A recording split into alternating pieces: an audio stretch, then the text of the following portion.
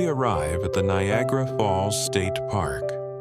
I came with my wife, Albina. Which river flows into Niagara Falls? The Niagara River is 58 kilometers long, flowing north from Lake Erie to Lake Ontario, then to the St. Lawrence River before emptying into the Atlantic Ocean. The elevation difference between Lake Erie and Lake Ontario is 99 meters.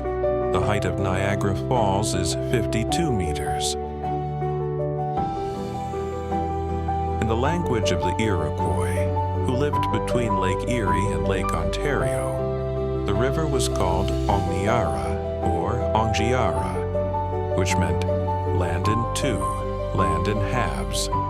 Apparently, the short and turbulent river, with huge lakes at the top and bottom, was perceived by the Indians as a barrier cutting the land into two parts. The river flows out of Lake Erie between Buffalo and Fort Erie, flowing primarily north. In its upper reaches, it divides into two branches, forming Grand Island in the United States and New Island in Canada. In its middle reaches are Niagara Falls and Rapids, bypassed by the Welland Canal. The river empties into Lake Ontario near the Canadian city of Niagara-on-the-Lake.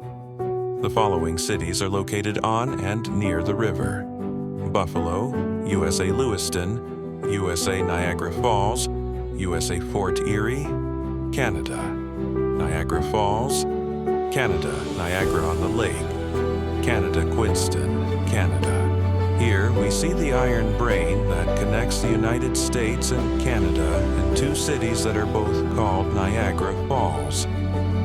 Well, let's climb up a special observation tower from the NY state side. And this is the view that opens up to us from a special tower for viewing the waterfall. The tower, constructed of aluminum, glass, and steel, stands at 86 meters with the base at the bottom of the gorge. Visitors enter the tower at the ground level from Niagara Falls State Park. It sees 8 million visitors annually.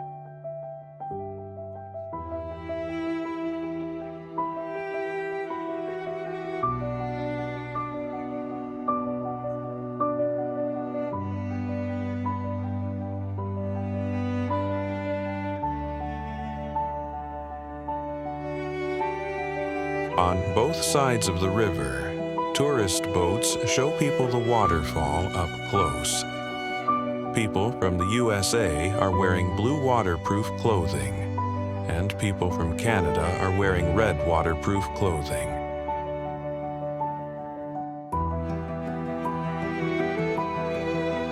Niagara Falls is a complex of waterfalls on the Niagara River, separating the U.S. state of New York from the Canadian province of Ontario. Niagara Falls includes Horseshoe Falls, sometimes also called the Canadian Falls, the American Falls, and Bridal Veil Falls. Although the difference in elevation is not very great, the falls are very wide, and in terms of the volume of water passing through them, Niagara Falls is the most powerful in North America.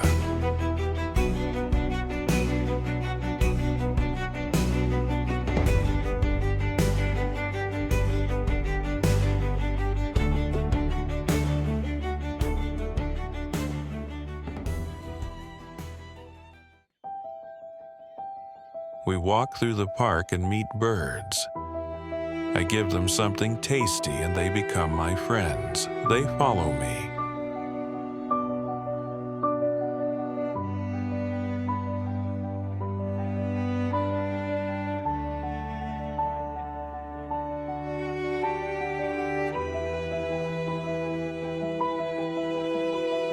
These are water birds called seagulls. Since I'm not going to perform in a circus with birds and just communicate with them and go my own way, but if you don't feed them, they won't follow you far. We cross the raging Niagara River on an iron bridge. To see the falls from all sides, you have to walk a fair amount around Niagara National Park.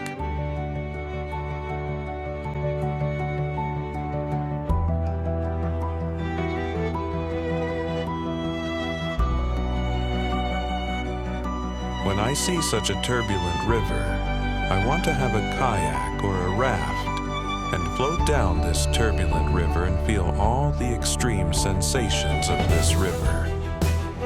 There were brave people in history who swam along this river and then fell from a waterfall with a wooden barrel.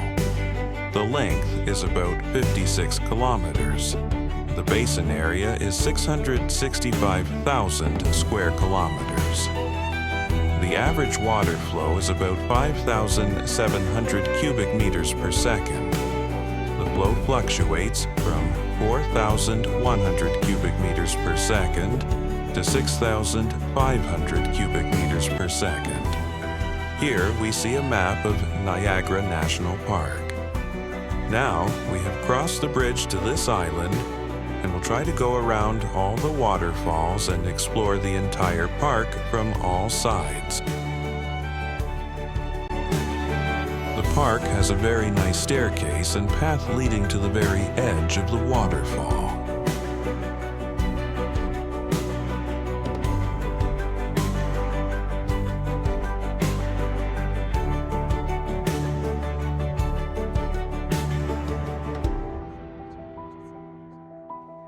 When you approach the edge for a look around, you want to jump down, but when you remember that you don't have a paraglider with you, you want to, but you have to put it off.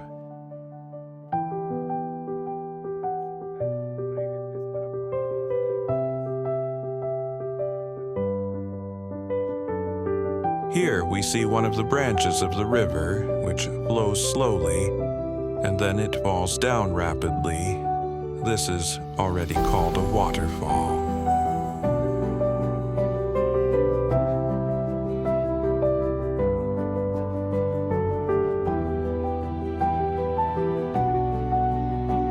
The sun came out and everyone was happy. The sun's rays heated the water, and as steam it rose up and created clouds. This is all called thermal flow. Here, I feel like I'm in the shower. There are splashes of water everywhere. At this point, you want to scream and jump for joy.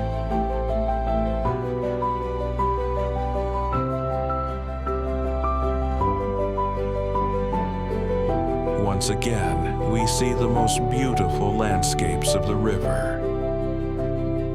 We look to the other shore and see Canada.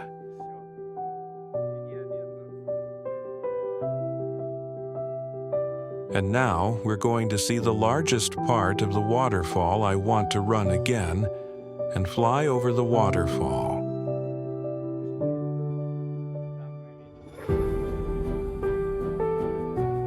The falls were discovered by French colonists in the 17th century, but remained virtually unknown to the general public for many years afterward.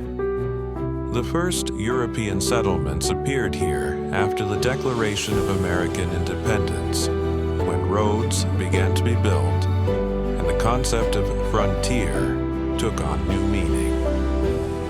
Following the Anglo-American War of 1812 to 1815, part of the falls fell to the United States, while the other part fell to the British Loyalists, whose descendants later formed the state of Canada. And so, we see tourists approaching the waterfall with a boat. Everyone gets soaking wet, and then some say they didn't see anything and didn't like being near the waterfall. Of course, it's better to walk around the entire park from the top and admire the waterfall from above than from below, seeing only water and getting wet. Initially, visitors to the falls were primarily aristocrats, and the first taverns and guest houses were built for them. Tourism became more accessible with the construction of canals in the first half of the 19th century, and then, with the advent of railways, tourism on the Canadian shore developed more intensively. I advise everyone to come and see Niagara Falls. Whether from the Canadian side or the United States side, you will still be happy to see it. Even religious Amish people come here and are also amazed by this creation of God.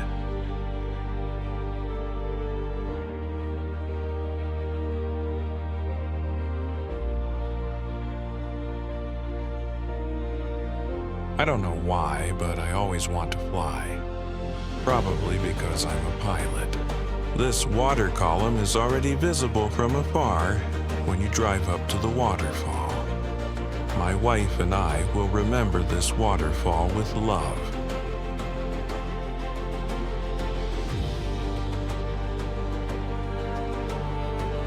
There are also a lot of hotels and other entertainment facilities built near the park.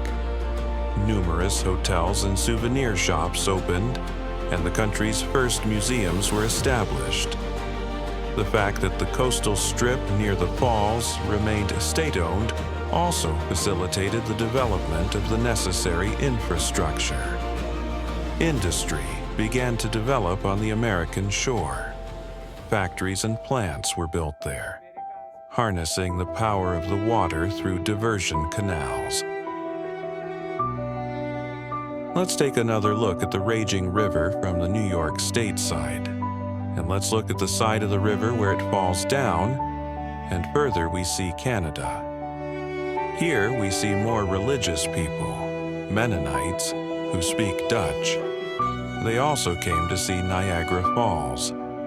People in the United States of America like to ride buses and cars around the park, but we walk on our own 2 feet. Recommend which other waterfall we should see.